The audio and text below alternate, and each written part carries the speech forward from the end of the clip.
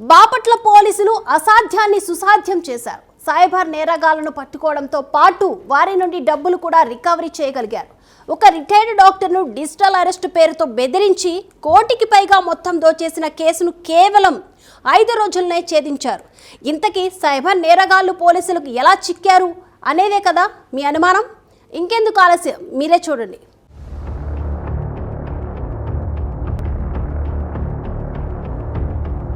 ఓ retired డాక్టర్ను digital arrest పేరుతో బెదిరించి కోటికి పైగా నగదు కాజేసిన సైబర్ నేరగాళ్లను పోలీసులు పట్టుకున్నారు.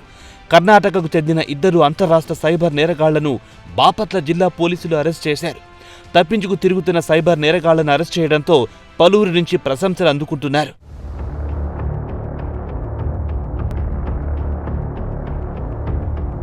కర్ణాటక, తమిళనాడు రాష్ట్రాలకు చెందిన వ్యక్తులు కొందరు ముఠాగా ఏర్పడి సైబర్ మోసాలకు పాల్పడుతున్నారు.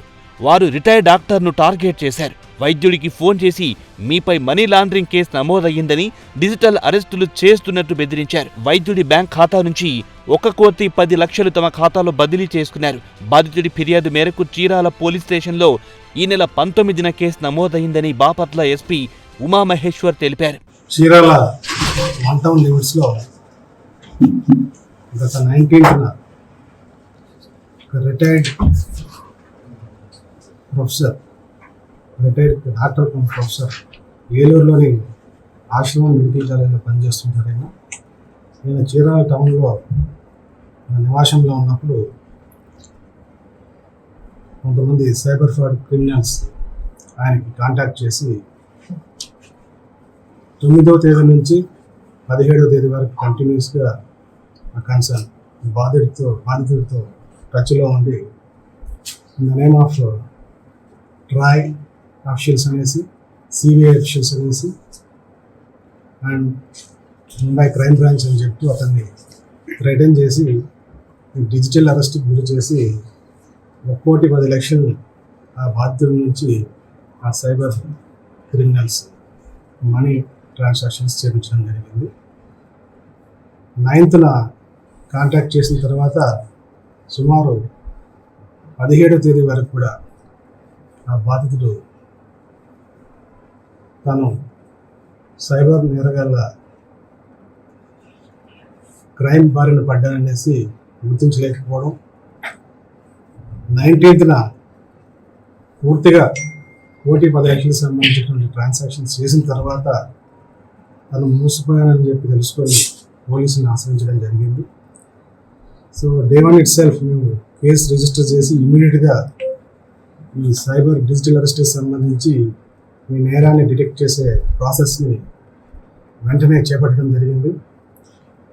మా Chirala one town CI inspector, అదేవిధంగా మా సైబర్ క్రైమ్ సంబంధించినటువంటి డెడికేటెడ్ టీమ్ ఇన్స్పెక్టర్ అయితే సైబర్ విభాగం ఇన్స్పెక్టర్, వీళ్ళందరూ కూడా ఇమీడియట్గా ఈ క్రైమ్ డిటెక్షన్కి సంబంధించి మేము ఆదేశించినటువంటి సూచనల మేరకి ఇమీడియట్గా రంగంలోకి దిగి ఈ క్రైమ్ జరిగినటువంటి విధానాన్ని, క్రిమినల్స్ వాళ్ళు థ్రెటన్ చేసిన విధానం, ట్రాన్సాక్షన్ జరిగినటువంటి విధానం, ఇవన్నిటికీ వాళ్ళు కాల్ చేసినటువంటి కాల్ నెంబర్స్, వీటన్నిటిని కూడా అనాలిసిస్ చేస్తూ సో బాధితుడు బ్యాంక్ ఐడిఎఫ్సి బ్యాంక్ నుంచి ఫస్ట్ లేయర్లో ఉన్నటువంటి వాళ్ళని కాంటాక్ట్ చేసినటువంటి అక్యూజ్ ఎవరైతే ఉన్నారో సైబర్ క్రిమినల్స్ 2 అకౌంట్లకి ఈ 1,10,00,000 ట్రాన్సాక్షన్స్ చేయడం జరిగింది.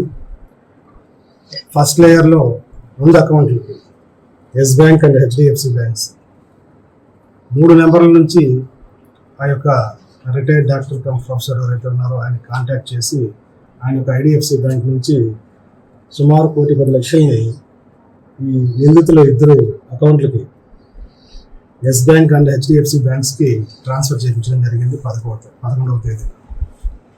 17వ తేదీన మరో 10,00,000, 11వ తేదీన 50,00,000 చొప్పున 2 విడతలుగా ₹1,00,000 ఆ బ్యాంక్స్కి ట్రాన్స్ఫర్ చేయడం జరిగింది. సిమిలర్లీ 17వ తేదీన మరో 10,00,000 ఆ బ్యాంక్స్కి అతను ట్రాన్స్ఫర్ చేయడం జరుగుతుంది.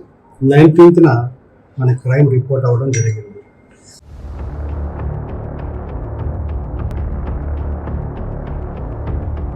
ఫిర్యాదు అందుకున్న వెంటనే సీఐ సుబ్బారావు ఆధ్వర్యంలో పోలీస్ బృందం కర్ణాటకకు వెళ్లింది.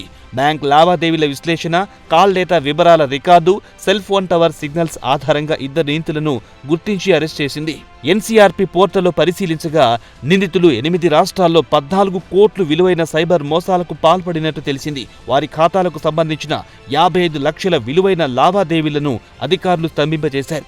నిందితుల నుంచి 2.5 లక్షలు రికవరీ చేశామని బాపట్ల ఎస్పీ ఉమామహేశ్వర్ వెల్లడించారు. మేము వెంటనే ఈ బ్యాంక్ లావాదేవీలకు సంబంధించినటువంటి ఎంటైర్ ట్రాన్సాక్షన్స్ ని కన్సర్న్ బ్యాంక్స్ ని అప్రోచ్ అయ్యి ఆ బ్యాంక్ అథారిటీస్ ద్వారా ఎంటైర్ ట్రాన్సాక్షన్స్ సంబంధించినటువంటి డీటెయిల్స్ ని తీసుకోవడం, వాటిని అనాలిసిస్ చేయడం, ఈ క్రిమినల్స్ కాంటాక్ట్ చేసినటువంటి నెంబర్స్ ద్వారా, బాధితుల్ని కాంటాక్ట్ చేసినటువంటి నెంబర్స్ ద్వారా సీరియల్ కాల్ వివరాలని అప్టైన్ చేసి వాటిని అనాలిసిస్ చేసుకొని టవర్ డంప్ ద్వారా, అదేవిధంగా ఈ మొత్తం ఈ నిందితులు ఈ 1,10,00,000ని అకౌంట్స్ ట్రాన్స్ఫర్ చేసుకున్న తర్వాత చాలా ఎక్కువ మోతాదులో జరిగినటువంటి చెక్ విత్డ్రాయల్స్ కానీ, అదేవిధంగా ఏటీఎం విత్డ్రాయల్స్ పలు రాష్ట్రాల్లో జరిగినాయి.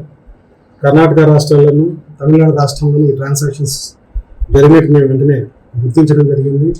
మా టీమ్స్ని ఇమీడియట్లీ కన్సర్న్ రాష్ట్రాలకు పంపించడం, అక్కడ ఉన్నటువంటి నిందితుల్ని ట్రేస్ చేసి ఇమీడియట్గా అక్కడ ఉన్నటువంటి రాష్ట్ర పరిధిలో ఉన్నటువంటి లోకల్ పోలీస్ అధికారుల సహాయంతో మా టీమ్స్ ఇమీడియట్గా వాళ్ళని ట్రేస్ చేసుకుంటూ హెడ్ క్వార్టర్లో ఉన్నటువంటి మా సైబర్ విభాగం ఇన్స్పెక్టర్ అండ్ టీం వాళ్ళని ట్రాక్ చేస్తూ ఇమీడియట్గా మా చీరాల 110 కర్ణాటక రాష్ట్రంలో 2 అక్యూజ్డ్ని వితిన్ 5 డేస్లో మనకి నేరం రిపోర్ట్ అయినటువంటి 5 రోజుల్లోనే నిందితుల్ని ఫస్ట్ లేయర్ ఆఫ్ నిందితులను పట్టుకోవడం జరిగింది. వాళ్ళ దగ్గర నుంచి 2,52,000 రూపాయల అమౌంట్ని మనం సీజ్ చేయడం జరిగింది.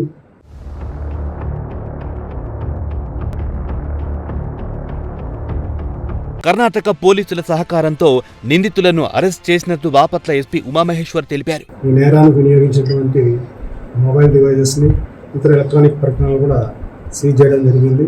ఈ 2 కర్ణాటక రాష్ట్రానికి సంబంధించినటువంటి నేరస్తులు. వీళ్ళని చట్ట ప్రకారం వీళ్ళ మీద చర్య తీసుకొని వీళ్ళని ఇమీడియట్గా కోర్టుకు ప్రొడ్యూస్ చేయడం జరుగుతుంది.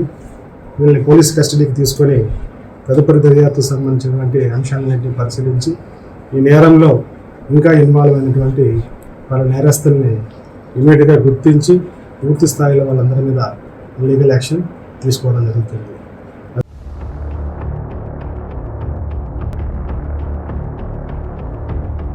డిజిటల్ అరెస్ట్లను నమ్మి మోసపోవద్దని ఆయన అన్నారు. మోసం జరిగిన వెంటనే పోలీసులను సంప్రదిస్తే మీకు సహాయం చేయడానికి మా సైబర్ టీం సిద్ధంగా ఉందని, కేసు ఛేదనలో విశేష కృషి చేసిన జిల్లా పోలీస్ అధికారులను, సిబ్బందిని, ఐటీ కోర్ బృందాన్ని, చీరాల పట్టణ పోలీస్ సిబ్బందిని జిల్లా ఎస్పీ అభినందించారు.